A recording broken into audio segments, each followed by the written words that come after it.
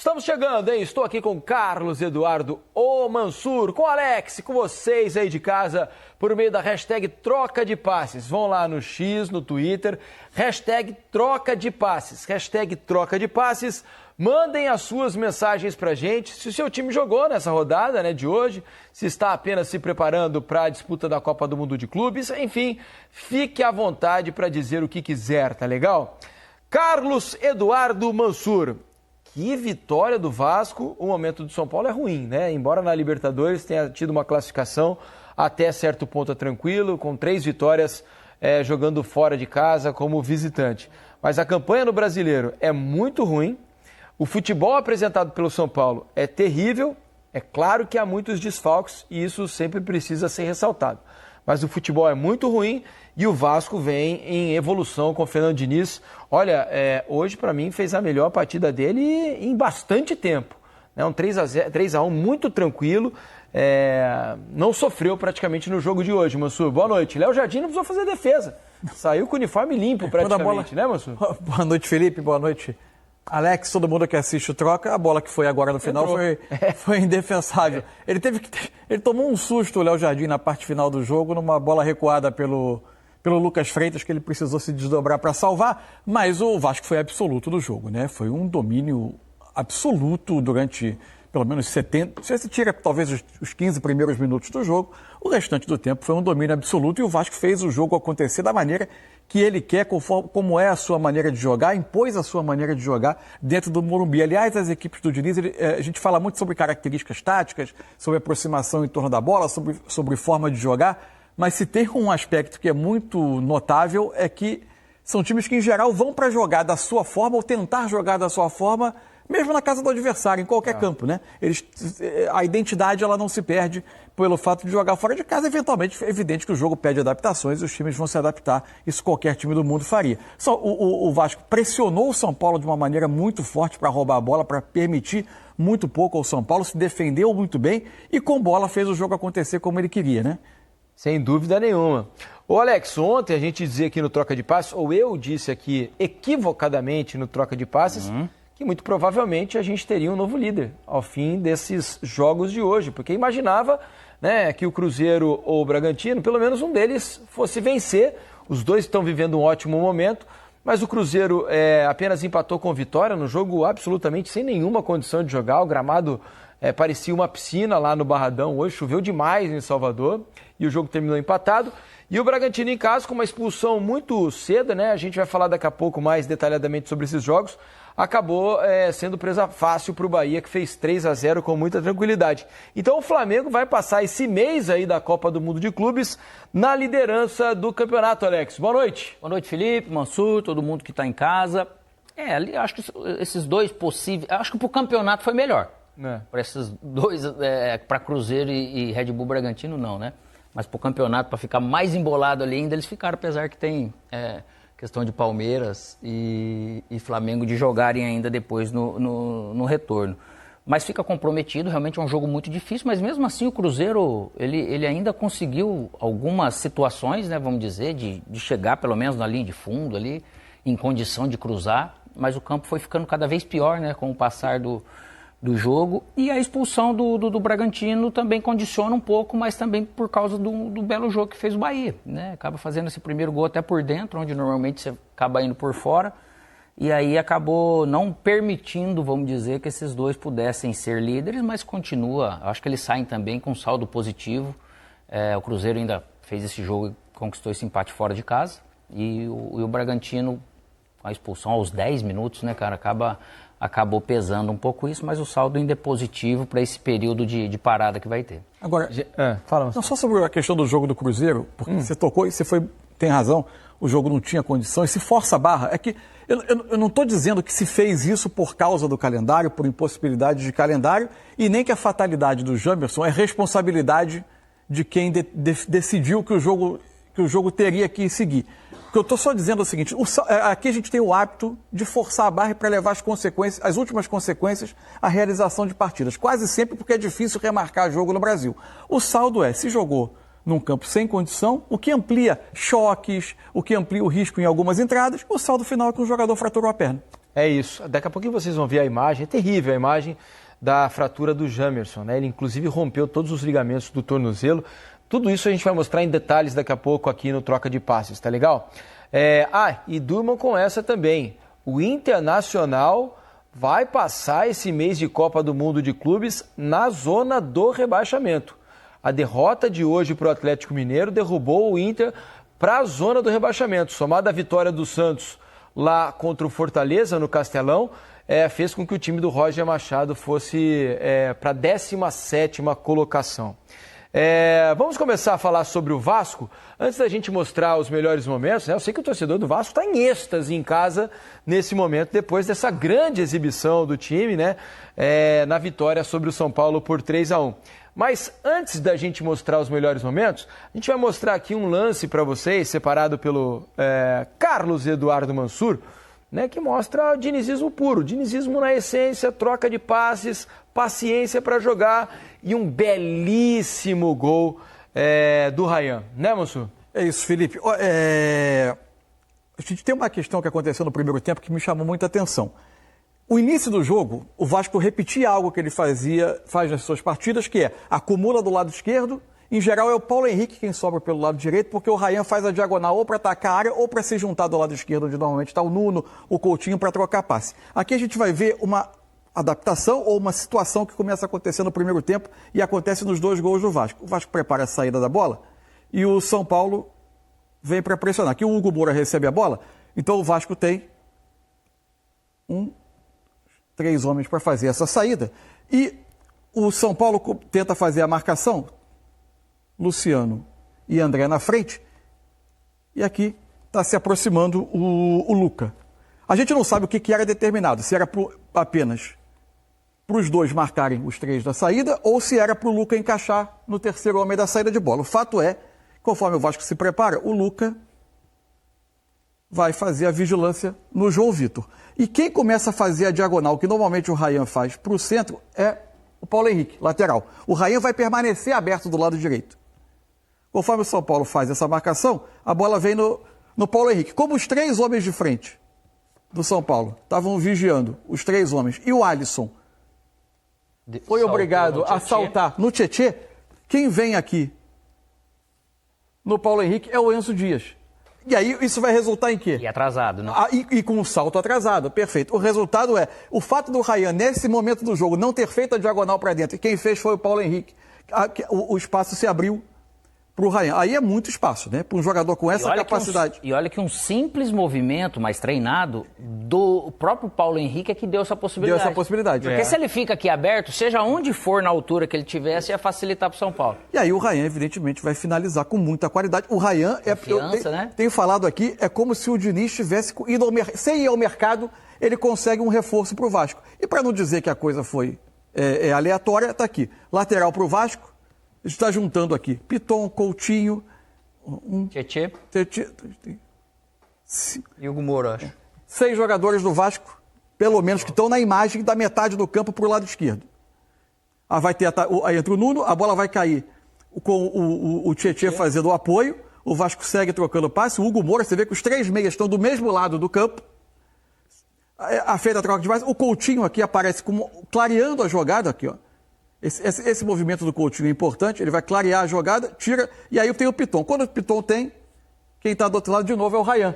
O time concentra de um lado, quem está sobrando é o Ryan. É evidente. Estoura lá naquela pressão, dá essa possibilidade aqui. Os times do Diniz normalmente ou resolvem por esse lado com troca de passe curta para atacar aqui as costas, ou fazem a inversão de lado, porque a defesa do São Paulo balança toda para o lado direito, e o espaço está aqui no Ryan. O Piton quem vai fazer essa virada. Sozinho o Ryan, né? Ele fica com muito espaço para trabalhar. É evidente que o gol não sai exatamente disso. Vai ter um desarme da defesa do São Paulo. O Ryan vai ter o mérito da insistência, da briga contra o Enzo Dias, recupera a bola e a partir daí vai sair no rebote o segundo gol do Vasco, o gol do Nuno. Até tomou a decisão errada do chute ali, o Ryan, me pareceu naquela altura, né? Podia ter feito o passe para o meio para que o gol saísse na primeira jogada, mas ele bate no gol e no rebote o Nuno... Né? Vou pegar e vou finalizar. Ah, sem dúvida. Tá aí o belíssimo gol do Vasco. Mas foi o tema, se for ver, foi o enredo do jogo todo. Parece que foi fácil, assim, eu falo fácil no sentido de que o São Paulo não conseguiu construir nada ou levar perigo para o Vasco, porque o Vasco esteve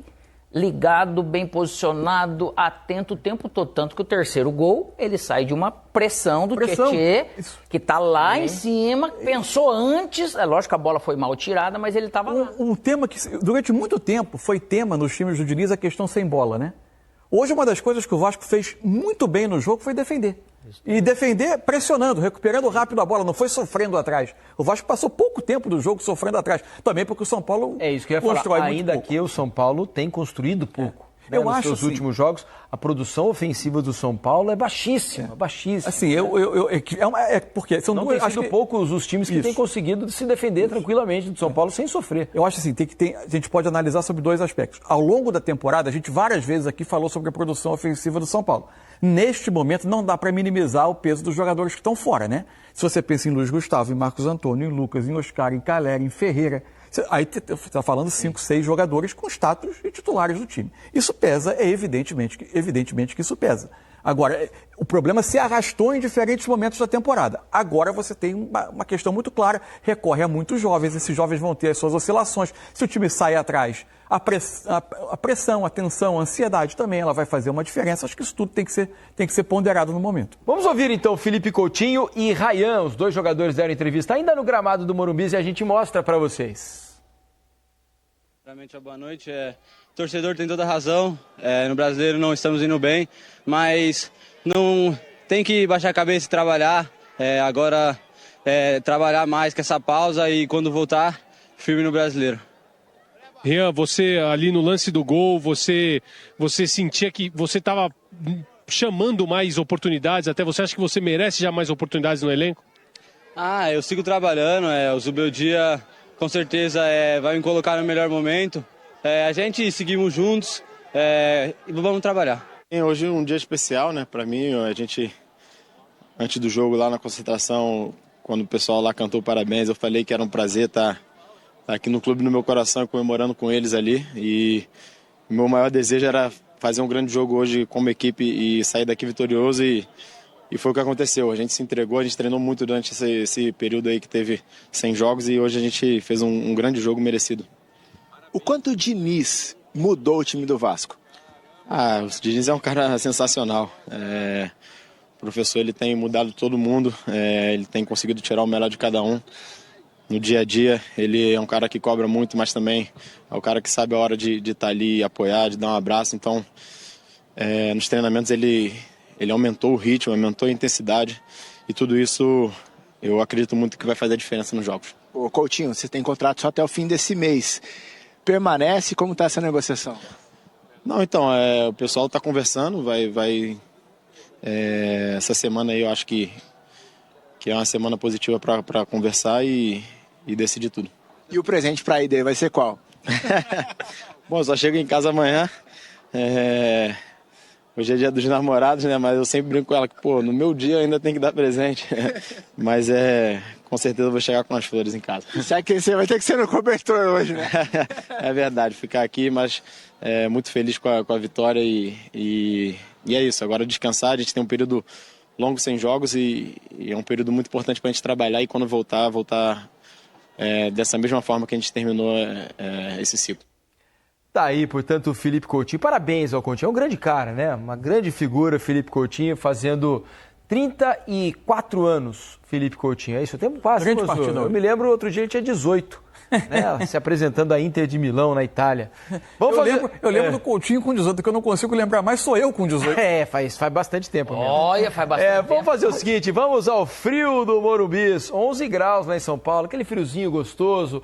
Lá estão Odinei Ribeiro, Aline Calandrini e Alexandre Losetti olhando as redes sociais para se inteirar de tudo que está acontecendo fora dali. Se há críticos ao trabalho de Alexandre Losetti, que não pode acontecer, o Alexandre está voando. A crítica está questionando ou colocando que eu acho que o Coutinho está deixando a barba dele, tentando jogar uns produtos para crescer, para ficar igual o Odinei, mas não tá tem bem jeito, tem que avisar o Coutinho que a barba dele não vai ficar igual a do Odinei junto, não.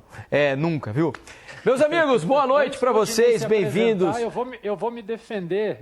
Você deu um ano a mais pro Felipe Coutinho. Ah, é? Tem Ele isso, fez 33. Ah, 33? Aí quando eu ouvi, eu falei, não vou corrigir o Felipe, né? Que é parente do técnico vencedor sempre. hoje. Aliás, hoje vão te confundir com ele ou não? Porque hoje se confundir é só coisa boa, né? Hoje pode, porque só vão vir elogios, né? Exatamente. Aí eu falei, não, antes de eu falar, eu preciso conferir. O Coutinho fez 33 anos, 9-2, assim como o Neymar, aquela geração. O Felipe, ele gosta mesmo de deixar os outros mais velhos. Na verdade, foi só para ver se vocês estavam prestando atenção no programa. É isso. Tá bom. Ô, Dinei, é o seguinte... Agora sim, ô, Dinei, vou com você, meu amigo, você que manda. Ô, Dinei, sabe o que eu ia falar? Desligado, ele fala, boa noite, Fernando Diniz. Exatamente, acontece com alguma frequência. Ô, Dinei, seguinte, Dia dos Namorados hoje, ex em Dia dos Namorados não funciona muito bem, né? E é o que aconteceu aí. O ex-Fernando Diniz apareceu aí para estragar o Dia dos Namorados dos São Paulinos. Não, Dinei? Boa noite, bem-vindo, meu amigo. Boa noite, Diniz, Mansur, Acho Alex. que deu saudade do ex, interessante. Exatamente, um dado interessante. O Diniz, jogando aqui no Morumbi como visitante, nunca havia vencido. E hoje é a primeira vitória do Vasco fora de casa. Um tempão que o Vasco também não ganhava. A última vez que ganhou fora de casa foi contra o Nova Iguaçu, jogando no Newton Santos. E hoje, pelo Brasileiro, primeira vitória. E com um detalhe interessante, né? Losete e Calan jogando muita bola, né? O time do Vasco hoje foi muito superior ao time do São Paulo. Tudo bem? Tudo bem, amigos. Boa noite aos colegas do Troca. Foi muito superior, né? Se o Diniz transformou essa equipe, só o tempo vai dizer, mas que você já vê mudanças táticas e mudança na postura, fica muito claro. Eu estava ouvindo os amigos do Troca agora há pouco. É muito nítida o comportamento. O que me chama a atenção é com o Diniz, que mesmo fora de casa, mantém a sua ideia de jogo, né? A gente falou bastante sobre o Ryan, a gente falou bastante sobre o Coutinho, que está literalmente de parabéns, mas achei que o Moura foi muito consistente, o sistema defensivo foi coordenado, né? Você vê uma evolução muito clara, porque você via que era uma equipe que tinha muito problema defensivo, né? Existia essa questão, e você vê que com o tempo você já vê uma coordenação melhor de um modo geral. Fala da postura, fala na pressão sem bola, os gols inclusive acabam saindo também dessa insistência de perder, de pressionar. Foi um bom jogo do Vasco, acho que o melhor até então, sobretudo nesse campeonato brasileiro. Um São Paulo com muita dificuldade. Claro, tem vários desfalques, mas mesmo assim eu acho que poderia estar jogando melhor com os nomes que tem, com os nomes que tem disponível no elenco. Acho que o Zubeldia poderia já buscar uma solução, achar uma solução, né, para essa falta de criatividade. Hoje, defensivamente, também foi mais uma partida muito abaixo. É difícil selecionar algo bom no jogo do São Paulo hoje. No Vasco realmente tem diversos fatores positivos e dinâmicas interessantes da gente observar, e muito característica do Diniz também. Ô, Losete, antes da bola rolar, aqui no nosso pré-jogo eu comentava, né? Parada boa para bom treinador. Ou seja, o Vasco evoluiu nessa parada, já que o último jogo foi no dia 31 de maio, quando perdeu o Bragantino em São Januário. Primeira parada, né? Agora vem mais uma. Falei muito com o Diniz, mas boa noite, Mansur, boa noite, Alex.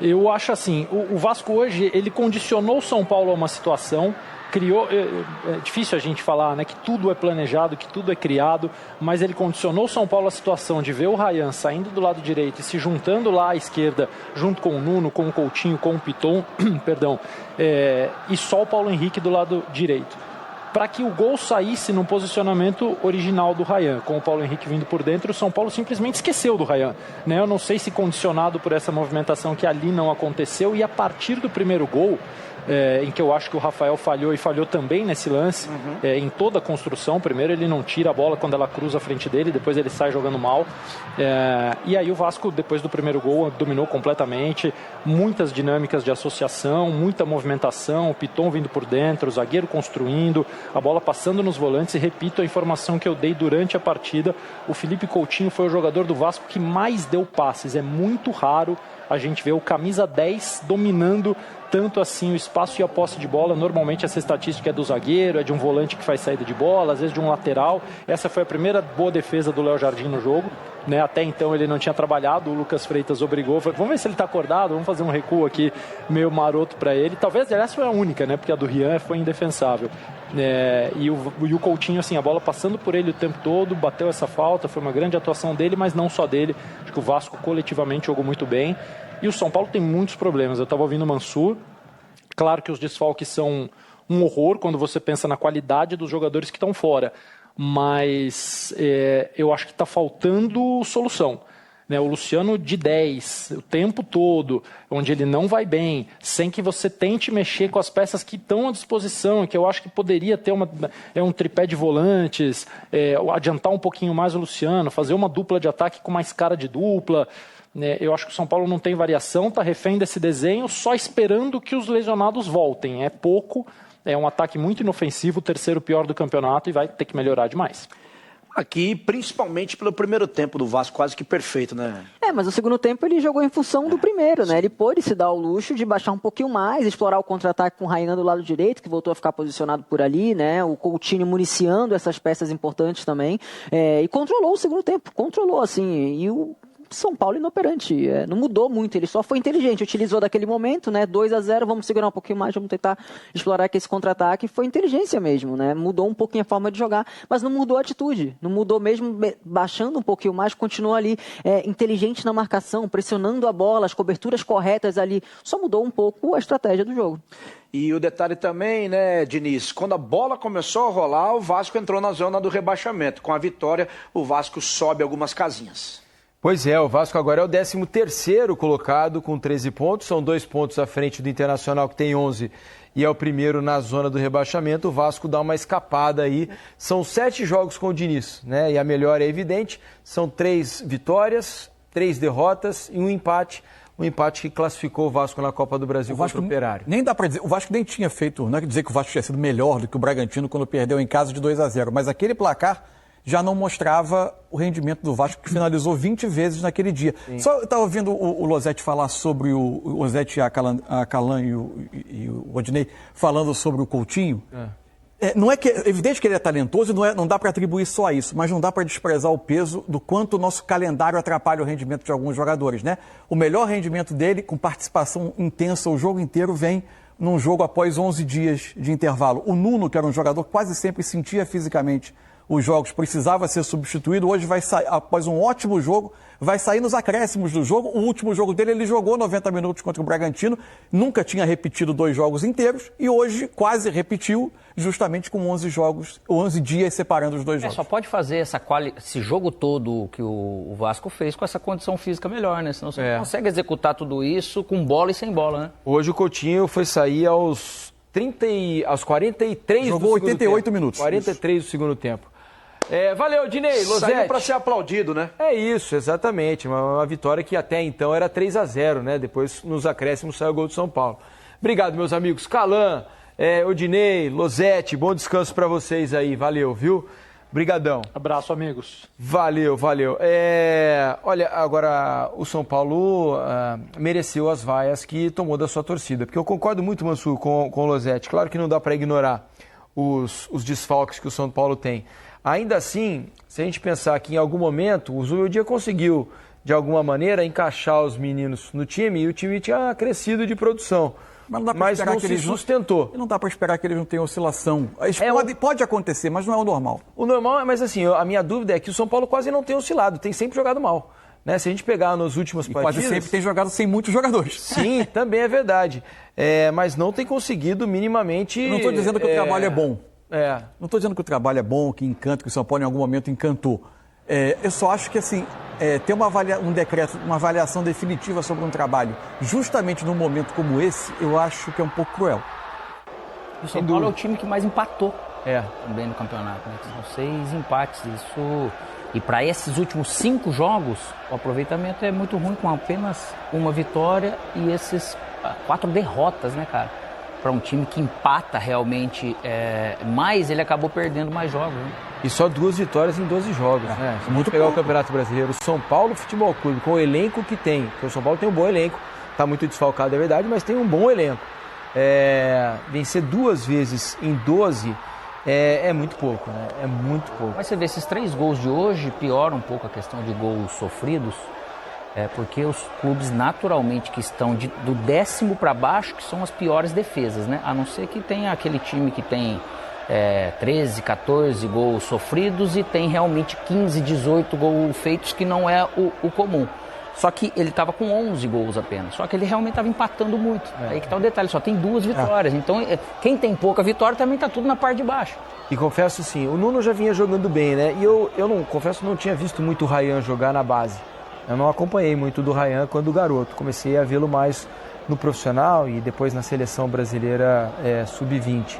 E eu tinha dificuldade para ver o potencial que eu via das pessoas de dentro do Vasco sobre o jogador. Eu falava, não, esse menino é muito bom. Eu falei, cara, mas eu não consigo ver. Esse menino no profissional, ele, né, por enquanto, do que eu vi, não achei nada de espetacular.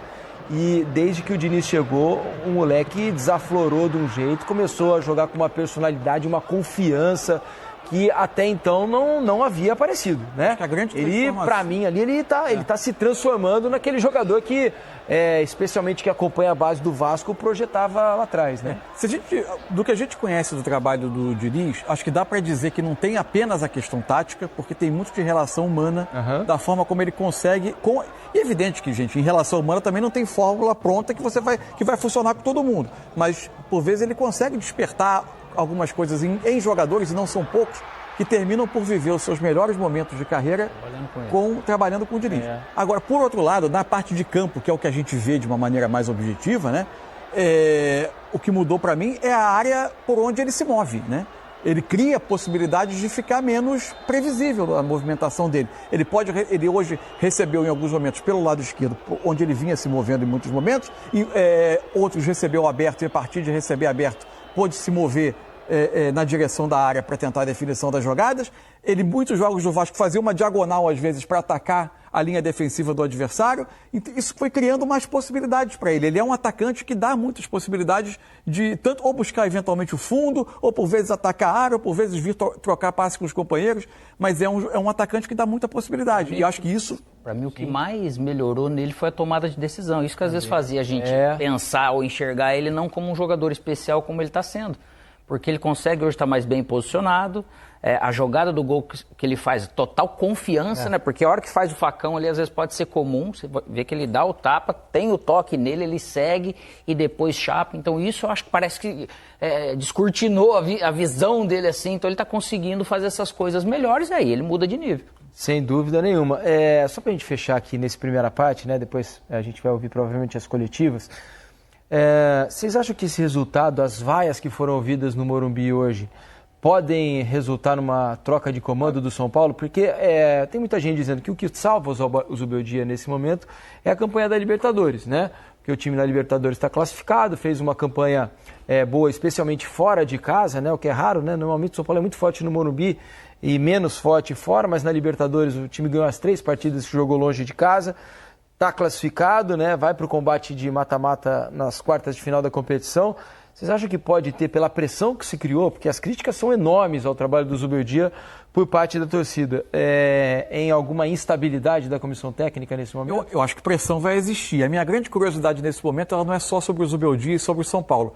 É como o dirigente brasileiro, em geral, vai se comportar diante de um elemento que não é inédito, mas não é habitual, que é essa pausa de um mês no calendário, que é quase como se uma temporada, entre aspas, tivesse acabado e outra fosse começar depois. Então, o argumento de quem advogar dentro dos clubes, fazendo pressão pela saída... é essa, né, exatamente. Não vai ter outro momento, depois é jogo em cima de jogo, e aí eu quero ver como isso vai refletir nas decisões dos dirigentes. Eu vejo mais difícil a demissão dele agora do que a gente viu lá antes dessa melhora do São Paulo, mesmo sem Lucas e Oscar. Que o Dorival estava até desempregado, lembra? Tinha saído da seleção e tal. Eu vejo menos, um pouco menor essa pressão. Existe. Por quê? Porque ele está com pouco jogador, então tem esse julgamento, queira ou não. E o que tem de falta no Brasileirão pode se colocar. O que levaria, eu acho, mandá-lo embora seria se o ambiente não tivesse bom. Mas a pressão externa, que ela é forte, eu acho que ela é um pouco menor ainda do que já foi. Eu não acredito que de repente eles vão trocar, mas se o ambiente não tiver legal, aí a troca ela fica, eu acho que mais forte.